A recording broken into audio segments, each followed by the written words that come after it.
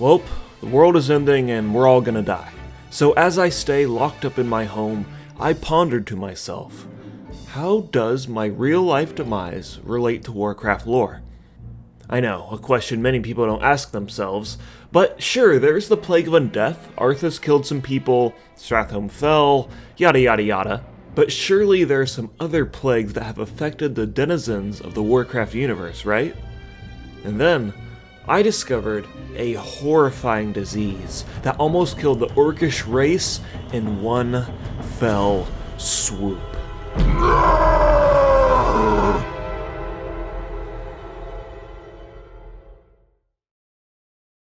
Our story starts 400 years before the opening of the Dark Portal. The Orcish clans were in constant battle with the ogres of the city of Gorya. Gorya is Throne of the King in the ogre language, and it was the birthplace of the Goryan Empire, one of the mortal enemies of the Orcs. The city was built on the lands that originally belonged to the Apexis Arakoa. The leader of the Goryan Empire was Imperator Moloch, and he learned of the Arakoa's origins, which inspired his own devious work. Many of the Arakoa suffered from the curse of Seth, a curse that made the once proud sons and daughters of Rukmar into the flightless, misshapen creatures we know today. Long ago, the wind serpent god Seth fought against Rukmar, and in the battle, the serpent god was brought to his demise. With his final breath, Seth cursed his own blood, which leaked into the Sethic Hollow, and any Arakoa who came near the potent pools would be abandoned by their god and slowly wither away into a cursed Arakoan outcast. Imperator Moloch learned how this curse dismantled the once great empire of the Apexis Arakoa, and used the curse as inspiration to create an unnatural disease that was called Redpox. The symptoms of the disease were these red bumps on the skin that leaked watery red fluid, and they also vomited blood, and the disease would only take a few weeks to claim its victim. Unsurprisingly, the Orcs did not wash their hands, and the plague of Redpox was devastating to many of the clans. Nelgrim, an Orc shaman, was one of the first to discover the disease and its unnatural properties. And like many shaman, Nelgrim turned to the elements for aid to cleanse them of their sickness and destroy the ogre lands of Gorya. The omnipotent forces of Draenor agreed to aid Nelgrim because not only did the ogres inflict an unnatural disease on their lands, but they also used arcane magic to twist and corrupt the elements to their will.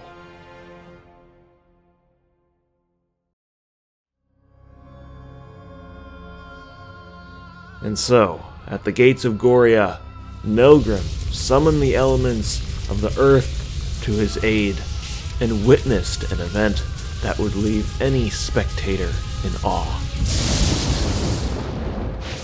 Thunderous lightning, raging fire, and shattering earthquakes ravaged the city for several hours. The once proud ogre city was now reduced to mere rubble, and as a final nail in the coffin, the maw of Draenor opened wide, engulfing the entire city beneath the earth, to be reclaimed by the elements once more. Now, despite Gorya being destroyed, Redpox still claimed many Orcish lives, and would return as plagues for many future Orcish generations.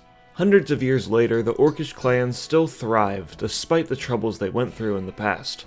In fact, they were celebrating the biannual tradition that is Kosharg Festival. The festival is where all the Orcish clans don't kill each other for once and kind of just hang out and appreciate the world they live on. Come on. Hey there, need some help, buddy? Here we go, yeah, there we go. Yummy. Oh, yeah, that's... One orc wasn't about all sunshine and rainbows. Oh, yeah, there you go. Gul'dan the Betrayer, a warlock who was made into a pawn for the Burning Legion, decided to start some mayhem and spiked the punch bowl with red pox, spreading the plague once more. How did he get hold of the red pox disease? Well, that's a great question I don't have an answer for, but orcs from all clans were infected by the plague, and something had to be done before the disease brought every single orc to their knees. The leader of the Frostwolf clan, Garadar, ordered the creation of a new village to quarantine the sick and supply them with all the items they'd need for survival. One of the denizens of this quarantine village was Garrosh Hellscream himself, an orc that would eventually become the best war chief the Horde had ever seen. But that's kind of up for debate. Many orcs slowly withered away in the village, even Garadar, but his sacrifice and leadership was honored, and the village was called Garadar, and you can still see it today in Outlands. Meanwhile, Gul'dan was putting in motion an event that would change orcish history, and frankly, all of Warcraft history in general, and convince the orcish clans to drink the blood of the demon pit lord Manaroth, so they'd turn green, get big and strong, and be bloodthirsty slaves to the Burning Legion. The only ones who didn't drink the blood were the ones back in the Grand who were all sickly and on the brink of death. Eventually, they'd recover from their sickness and turn into the Mag'har orcs we see today in Outland. Mag'har stands for uncorrupted in Orcish. So it kind of makes you scratch your head, like, why did Gul'dan even release the red pox disease again? If his goal is to enslave all of the orcs, why would he make it so some of the orcs don't drink the blood because they're quarantined? It's a decision that makes you think. Anyways, a large majority of orcs were all mean and green, and they wanted blood. Draenei blood specifically, and the assault on Shattrath City was put into motion. It was an absolute slaughter, and the orcish warlocks of the Shadow Council used their fell magics in combination with the red pox disease to make crude bombs to lob into Shattrath City that emitted a potent red mist, and upon contact with any Draenei foe, they'd start coughing immediately, and if they managed to survive, they'd slowly lose the power of the light, and eventually be cut off from it completely, and transform into the malformed, broken creatures. What's interesting about this is there's some very distinct parallels between the Arakoa and the Draenei.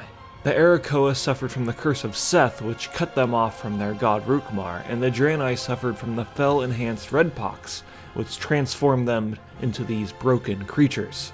Later, the Dark Portal would be opened, orcs would pour into Azeroth, and a whole lot of stuff happens, and Ner'zhul becomes a Lich King and creates the Plague of Undeath to build his army. Perhaps inspiration for that plague came from seeing how effective the red pox disease was.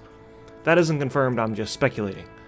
Also, as far as we know, red pox isn't a thing on the alternative world of Draenor back in Warlords of Draenor.